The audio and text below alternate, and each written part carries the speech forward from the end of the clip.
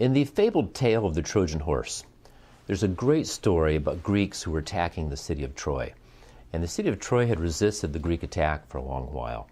And after no success in breaking down the city walls, the Greeks built this giant horse. And in the horse, they hid soldiers. And they left the horse outside the city wall, and then they retreated, or at least pretended to retreat.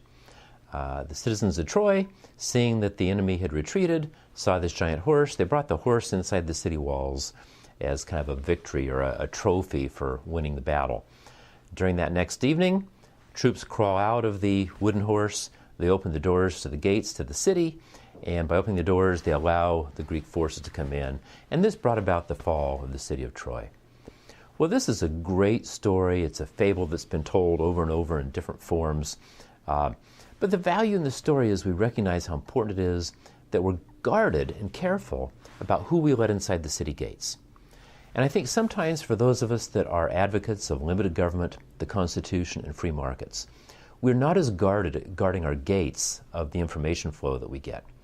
So often we trust media that we maybe shouldn't trust, and we allow outside sources to get inside our defensive gates and to influence our mindset, to influence our perspectives.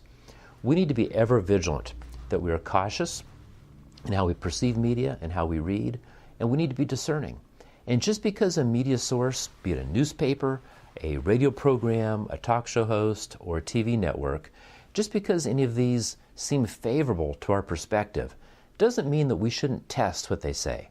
We need to make sure that we hold up an absolute standard of right and wrong. And it's easy sometimes these media sources to just be a little less socialist, and we jump on and support them. And the more we watch and the more we listen, the more we become a little less socialist. But unfortunately, if you're less socialist than the status quo, you're still socialist.